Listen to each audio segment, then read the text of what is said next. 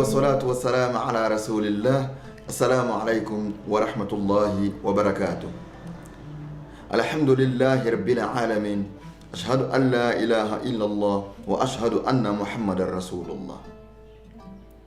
Bien-aimés d'Allah, voici pour aujourd'hui un petit rappel sur le prophète Mohammed sallallahu alayhi wa alihi wa sahbihi wa sallam, intitulé Le prophète est une miséricorde. An-Nabiyyur Rahma. Le prophète est une miséricorde. Le prophète Mohammed sallallahu alayhi wa alihi wa sahbihi wa sallam est une miséricorde. Il a été miséricordieux, mais lui en personne est une miséricorde. أرسل الله سبحانه وتعالى نبينا محمد صلى الله عليه وآله وصحبه وسلم رحمة للعالمين. Allah, le Très-Haut, le digne de glorification et louange, a envoyé le prophète Mohammed pour qu'il soit la miséricorde à l'humanité, la miséricorde à l'univers entier. حيث يقول. Et la preuve, c'est la parole d'Allah lui-même qui dit dans le Coran, dans la sourate Al-Anbiya, la sourate 21, le verset 107, Allah dit وَمَا أَرْسَلْنَاكَ إِلَّا رَحْمَةً لِلْعَالَمِينَ. Et tu n'as été envoyé que pour que tu sois la miséricorde à toute la création. C'est que le prophète sallallahu alayhi wa alihi wa sahbihi wa sallam, c'est la miséricorde, c'est une miséricorde. D'abord, c'est quoi la miséricorde? Ar-Rahma. La miséricorde, c'est la compassion sur la misère que peut avoir une autre créature. C'est ça la miséricorde. Donc, un miséricordieux, c'est quelqu'un qui compatit à la misère que vous pouvez avoir. Alors, le prophète, c'est une miséricorde. C'est que lui, c'est la compassion, c'est que lui, c'est la clémence. C'est cet esprit-là de pardon aux misères que les autres créatures peuvent avoir. Et Allah lui dit وَمَا أَرْسَلْنَاكَ إِلَّا رَحْمَةً لِلْعَالَمِينَ. Et tu n'as été envoyé que pour être la miséricorde aux créatures. Reconnaissant lui-même le prophète sallallahu alayhi wa alihi wa sahbihi wa sallam qu'il est une miséricorde, il répondit un jour à ses compagnons.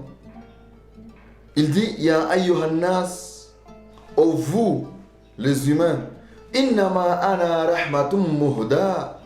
Je suis certainement une miséricorde douée. C'est que le prophète, c'est une miséricorde, mais une miséricorde exagérée, une miséricorde douée même. Pas n'importe quelle miséricorde. Et pour solidifier ces dires, Allah subhanahu wa ta'ala dit dans le Coran, dans la sourate At-Tawbah, à son dernier verset, Allah dit لَقَدْ جَاءَكُمْ رَسُولٌ مِنْ أَنفُسِكُمْ. Le prophète, un prophète vous a été envoyé venant parmi vous. Le prophète, c'est un humain. Il avait une mère, un père, des cousins. Il a vécu avec les humains. Ja'a min anfusina. Il est venu parmi nous parce qu'il était un de nous. Mais azizun alayhi ma anittum. Les lourdes difficultés que nous les humains devons subir pèse plutôt sur lui. Harisun alaykum, lequel le prophète Mohammed sallallahu alayhi wa sallam, c'est Allah qui dit, est plein de sollicitude envers vous. Bil mu'minina ra'ufur rahim, et il est compatissant et miséricorde aux croyants.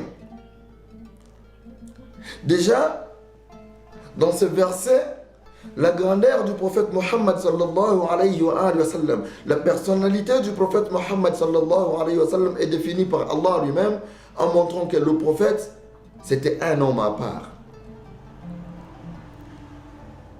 Allah l'appelle Raouf. Il l'appelle Rahim, bil mu'minin. Ces deux attributs font partie des attributs d'Allah subhanahu wa ta'ala. Parmi les 99 attributs de Dieu, il y a Raouf, il y a Rahim. D'ailleurs, nous disons Bismillahirrahmanirrahim.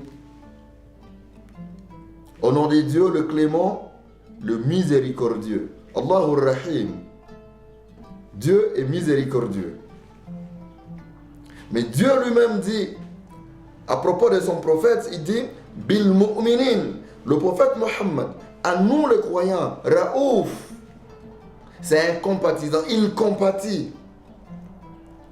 Il ressent la compassion lorsqu'un croyant a un problème.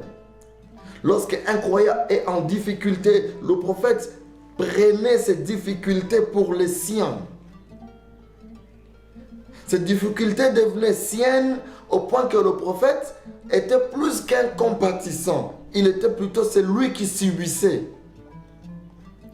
ces difficultés que devait subir son compagnon ou n'importe qui parmi son entourage de son vivant. Rahim et le prophète étaient miséricordieux. L'exégète et commentateur du Coran, l'imam Al-Qurtubi dit قال الحسين بن فضل. Al-Qurtubi cite un autre grand savant musulman d'avant lui. Il dit que Hussein ibn Fadl a dit لم يجمع الله لأحد من الأنبياء اسمين من الأسمائه إلا لنبيه محمد صلى الله عليه وسلم. Allah n'a jamais appelé n'importe qui parmi les prophètes en joignant deux noms parmi ses propres noms à lui, Allah, à part au prophète Mohammed sallallahu alayhi wa alihi wa sallam. Il l'appelle Raouf ou Rahim. Parce que le véritable Raouf, c'est Allah. Le véritable Rahim, c'est Allah. Le plus grand Raouf, c'est Allah. Le plus grand Rahim, c'est Allah. Mais Allah appelle aussi son prophète Raouf ou Rahim. Montrant que le prophète avait cette clémence et cette compassion, était lui-même une miséricorde, comme il l'a dit, Muhda, une miséricorde douée, exagérée. Et en témoigné de sa miséricorde, ceux qui ont vécu avec lui, parmi les humains et même les animaux. Les animaux ont témoigné de la miséricorde du prophète Mohammed sallallahu alayhi wa alihi wa sahbihi wa sallam. Les humains et les animaux ont témoigné de la compassion du prophète Mohammed sallallahu alayhi wa alihi wa sahbihi wa sallam. Le grand savant Abdelaziz ibn Yahya rahimahullah dit que le sens ou la valeur de ce verset, c'est de donner au prophète sa position d'intercesseur. C'est lui qui sera notre intercesseur le jour du jugement dernier. À tout le croyant, tout le monde qui aura cru au prophète Mohammed sallallahu alayhi wa alihi wa sahbihi wa sallam, le prophète intercédera pour lui. Tous les prophètes d'Allah seront là devant le monde, devant Allah. Et chacun, lors de sa résurrection, sera en train de pleurer pour son âme. Nafsi, nafsi, nafsi. On est tous descendants d'Adam. Mais le prophète Adam alayhi salam ne pleurera, ne citera pas le nom de quelqu'un. Il ne citera que son âme. Nafsi, nafsi, nafsi. Des grands prophètes de Dieu, Nuh, Ibrahim, Aïssa, Moussa, Youssouf, Daoud, Idriss, Zulkifl, eux tous seront en train de pleurer pour leurs âmes. Nafsi, nafsi, nafsi, nafsi. Seul le prophète Mohammed sallallahu alayhi wa alihi wa sahbihi wa sallam, rahmatan lil alamin, la miséricorde de toute la création, lui dira Ummati, Ummati, Ummati, Ummati, Ummati, Ummati. ma communauté, ma nation, ma nation, ma nation, ma nation. Le prophète compatit pour le croyant et il est la miséricorde du croyant. Mis à part le croyant, Allah lui dit aussi وَمَا أَرْسَلْنَاكَ إِلَّا رَحْمَةً لِلْعَالَمِينَ. Tu n'as été envoyé que pour que tu sois la miséricorde à la création. C'est que le prophète, c'est une miséricorde. Et cela, c'est dans le spirituel que dans le social. Dans le spirituel, c'est sa position d'intercesseur le jour du jugement dernier. Où le prophète priera Dieu, demandera à Dieu, implorera Allah subhanahu wa ta'ala pour que tous les croyants, tous ceux qui ont crié qu'il n'y a pas d'autre divinité à part Allah, ils ont crié aux messagers d'Allah, ils ont crié aux anges, ils ont crié au dernier jour, ils ont crié au destin du bien et du mal, ils ont crié au livre révélé. Le prophète sallallahu alayhi wa sallam, par sa clémence, par sa miséricorde, par sa sollicitude, par sa compassion, intercédera pour nous afin qu'Allah ne nous châtie pas dans l'enfer, quels que soient les autres péchés qu'on aurait fait. Seul le prophète Mohammed le fera, sallallahu alayhi wa sallam. Mais sur le plan social, il suffit d'interroger ceux qui ont vécu avec le prophète pour voir que le prophète c'est une clémence. Peu avant l'hégire, avant que le prophète quitte la Mecque pour Médine, il est allé à Taïf, une région dans l'Arabie où vivait une bonne communauté juive. Le prophète, prêchant le monothéisme, pensait avoir l'appui des Juifs pour convaincre les Arabes à quitter l'idolâtrie, le polythéisme et à embrasser le tawhid. Et lorsque le prophète est allé voir les Juifs de Taïf, prêcher l'islam dans Taïf, le prophète a été lapidé. Et les Juifs de Taïf l'ont trahi. Le prophète lapidé, on lui a jeté de pierres, le prophète s'est blessé. Il a eu beaucoup de blessures, le prophète de Dieu, jusqu'à ce que le sang lui coulait jusqu'à ses pieds. Allah envoya l'ange, Malakul Jibal, l'ange qui gère les montagnes, pour lui dire, Ya Muhammad, sallallahu alayhi wa sallam, ô toi Muhammad, Ana Malakul Jibal, je suis l'ange des montagnes. Et Allah m'a envoyé auprès de vous pour que tu m'ordonnes par un ordre venant de toi. Si tu voudras bien,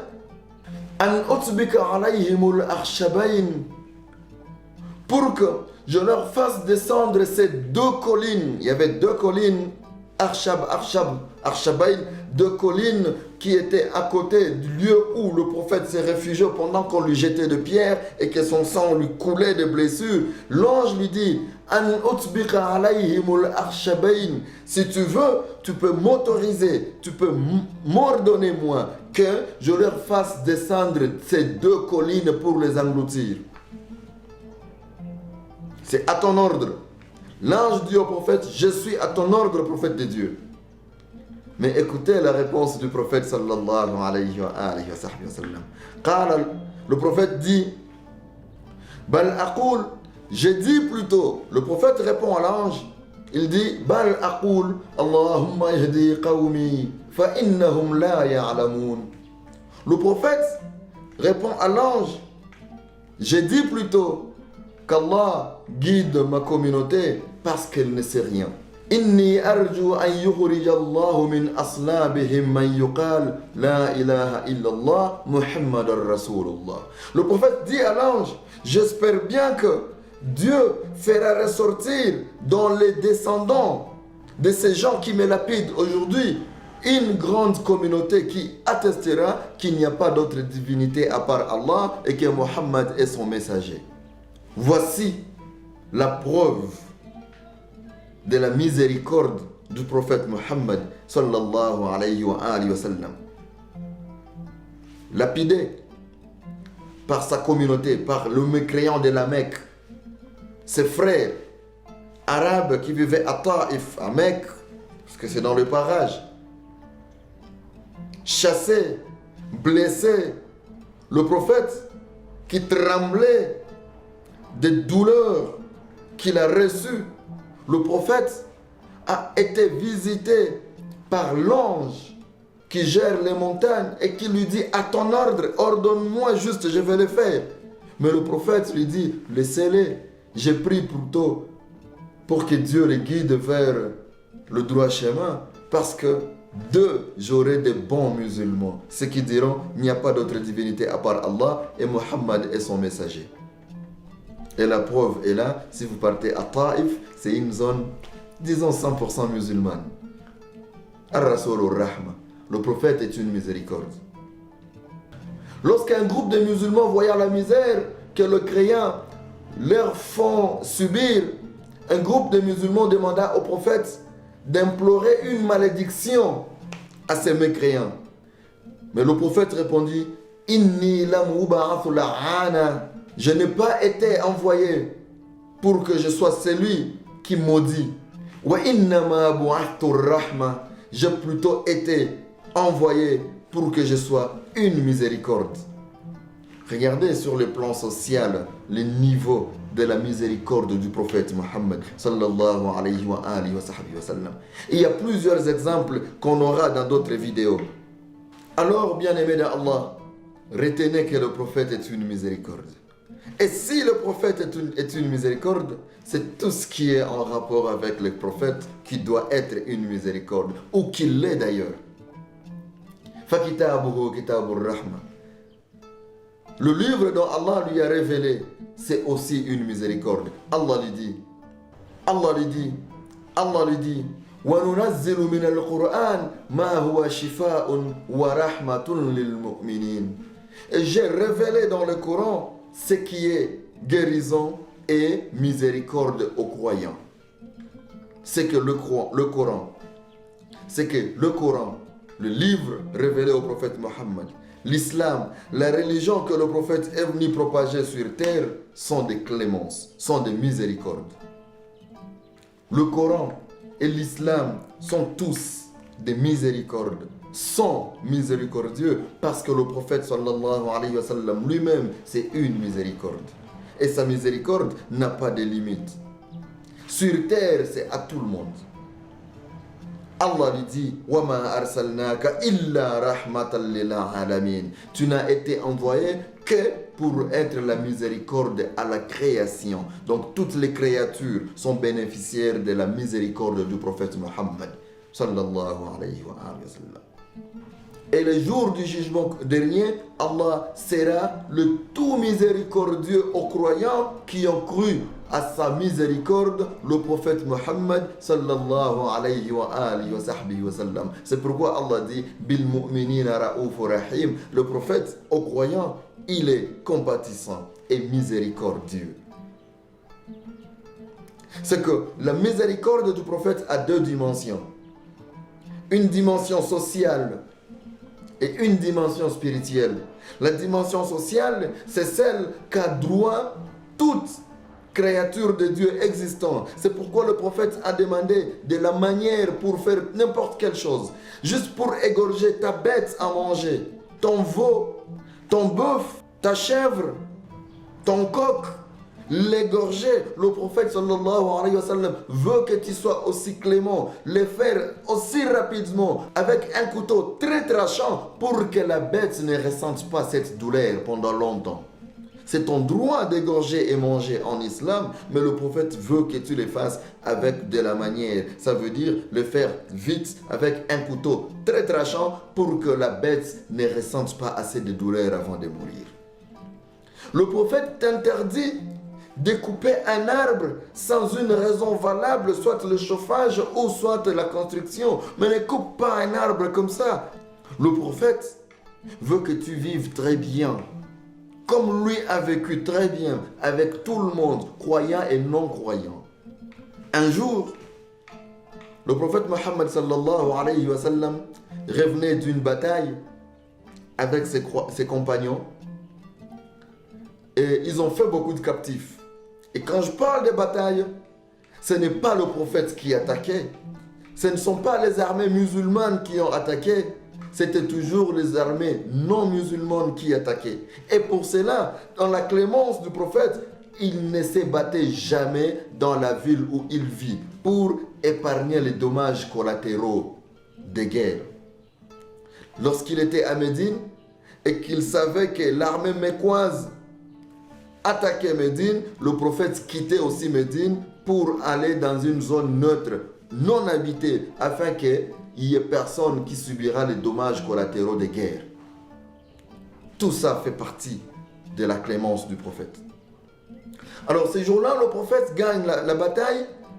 Les compagnons du prophète fêtent la victoire. Ils ont fait des captifs. Et les captifs doivent retourner à Médine maintenant parce que l'armée revient à Médine.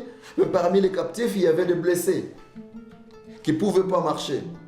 À l'époque, en temps ancien, un captif de guerre, même en islam, tu deviens automatiquement un esclave. C'est que ces gens étaient des esclaves.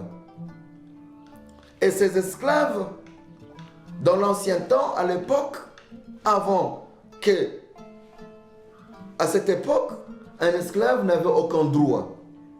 Donc il devait marcher à pied, enchaîné au cou, je ne sais pas comment, et tirer comme des bêtes jusqu'à Médine. Mais le prophète a demandé à ses compagnons, ceux qui avaient des montures, ânes, chevaux, dromadaires ou chameaux, de les donner aux blessés musulmans et non musulmans pour amoindrir leur souffrance, la souffrance qu'ils ont due aux blessures pendant la guerre. Hada al-Nabiyyu Muhammad. Ça c'est le prophète Muhammad. Al-Nabiyyu Rahma, le prophète miséricorde. Al-Nabiyyu Rahim, le prophète miséricordieux. Parce que non seulement le prophète c'est une miséricorde, mais il est aussi miséricordieux. Ça veut dire que lui-même, le prophète, est une clémence et il exécute sa miséricorde aux humains. Donc le prophète, c'est la clémence. Le prophète, c'est la miséricorde. An-Nabiyyu Rahma, le prophète est une miséricorde. Allah, dans son livre, nous rappelle qu'il s'est interdit lui-même, Allah, de châtier des mécréants juste parce que le prophète Mohammed sallallahu alayhi wa sallam était avec eux. Il dit dans la sourate Al-Anfal, وَإِذْ يَمْكُرُ بِكَ الَّذِينَ كَفَرُوا. Rappelle-toi, ô Mohammed sallallahu alayhi wa sallam, إِذْ يَمْكُرُ بِكَ الَّذِينَ كَفَرُوا, lorsque le mécréant complotait contre toi, لِيُثْبِتُوكَ أَوْ يَقْتُلُوكَ أَوْ يُخْرِجُوكَ, pour qu'il t'emprisonne, ou qu'il t'assassine, ou qu'il te jette hors de la ville, qu'il te chasse de la Mecque. وَيَمْكُرُونَ وَيَمْكُرُ اللَّهُ, ils ont comploté et Allah a comploté contre eux. Wallahu khayrul makirin, et Allah est le meilleur des stratèges. Wa idh tutla alayhim ayatuna qalu qad sami'na law nasha laqulna mithla hadha. Et lorsque nous leur avons récité nos versets, ils avaient dit: nous avions déjà entendu ceci il y a longtemps, et si nous voulons, nous pouvons même redire la même chose. In hada illa asatirul awwalin. Ce n'est rien ça, à part des récits très anciens. Wa idh qalu, et rappelle-toi, ô Muhammad, lorsque ces mécréants ont dit: Allahumma in kana hada huwa al-haq. Oh Dieu, si vraiment ce que Muhammad est en train de nous dire, c'est une vérité, min indika, et ça vient de vous. Famtiru alayna hijaratan min as-sama. Fais pleuvoir sur nous une pluie de pierres venant des cieux. Aw i'tina bi'adhabin alim, ou alors châtie-nous du châtiment le plus douloureux. Les mécréants ont eux-mêmes demandé un châtiment parce qu'ils ne croyaient pas que ce que dit le prophète était vrai. Alors ils disent: oh Allah, si vraiment ce que ce monsieur est en train de dire est vrai et que nous en sommes contre, prouve-nous, envoie-nous une pluie de pierres venant des cieux, ou alors envoie-nous un châtiment très douloureux. Mais Allah dit à son prophète: وَمَا كَانَ اللَّهُ لِيُعَذِّبَهُمْ وَأَنْتَ فِيهِمْ. Il n'est pas à Dieu, il ne revient pas à Dieu de châtier des gens alors que tu es avec eux. Ils ont été épargnés, les mécréants de la Mecque à cette époque, ils ont été épargnés de ces châtiments juste parce que le prophète Mohammed sallallahu alayhi wa sallam était avec eux. Donc pour toi aussi musulman qui me regarde, pour être épargné du châtiment de Dieu, sois avec le prophète. D'ailleurs, c'est ici que je redis encore que la miséricorde du prophète Mohammed sallallahu alayhi wa sallam a deux dimensions. Une dimension sociale et une dimension spirituelle. L'explication de ces versets a aussi deux niveaux. Un niveau exotérique et un niveau ésotérique. وَمَا كَانَ اللَّهُ لِيُعَذِّبَهُمْ وَأَنْتَ فِيهِمْ. Dieu a dit ça pour le mécréant parce qu'ils ont vécu avec le prophète Mohammed sallallahu alayhi wa sallam dans la même ville et que le prophète leur prêchait et eux refusaient ce que le prophète disait. Alors Allah ne les a pas châtiés et ne pouvait pas les châtier. Mais vous qui êtes musulmans, le prophète n'étant plus là, que faire pour que le prophète soit pour vous une miséricorde et que Allah ne puisse jamais vous châtier? وَمَا كَانَ اللَّهُ لِيُعَذِّبَهُمْ وَأَنْتَ فِيهِمْ. Il ne revient pas à Dieu de châtier ces gens alors que tu es dans eux. La préposition utilisée dans le verset, c'est fi. Fihim. Dans. Pas minhum. Pas ilayhim. Pas ma'hum. Fihim s'emploie lorsque une chose est à l'intérieur de l'autre chose. Fi, c'est la préposition dans. C'est une préposition qui indique le rapport d'une chose par rapport à ce qui la contient. Je suis dans la maison. Ana fil bayt. Je suis dans la maison. Fi, dans la maison. C'est qu'il y a la maison et tu es à l'intérieur. Et Allah a dit: وَمَا كَانَ اللَّهُ لِيُعَذِّبَهُمْ وَأَنْتَ فِيهِمْ. Il ne revient pas à Allah de châtier les gens et tu es dans eux. Fais entrer le prophète dans toi et tu seras épargné du châtiment d'Allah subhanahu wa ta'ala.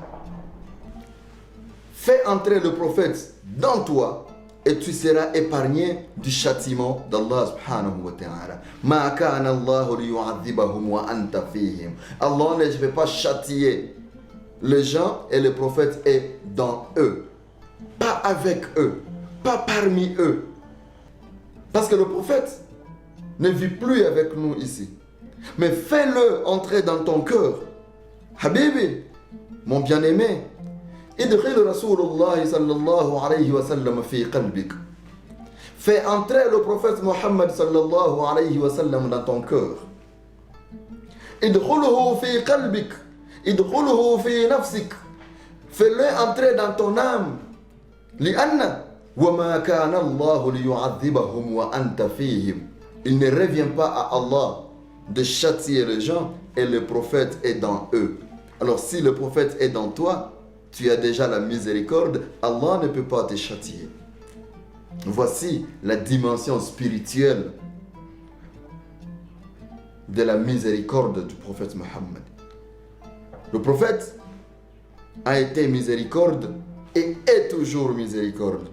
Il a été miséricorde sur le plan social ou socialement avec qui il a vécu. Et il est et restera d'être miséricorde sur le plan spirituel à ceux qui auront cru à son message et qui l'auront introduit dans leur cœur et dans leur âme. Si le prophète est dans votre cœur et dans votre âme, vous ne serez jamais châtié par Allah parce que vous avez la miséricorde du prophète Mohammed. Hada Rasoul Muhammad, voici le messager Muhammad. Ar-Rasoul Rahma, le messager miséricorde. An-Nabi Rahma, le prophète miséricorde. Muhammad sallallahu alayhi wa alihi wa sahbihi wa sallam. Wassalamu alaykum wa rahmatullahi wa barakatuh.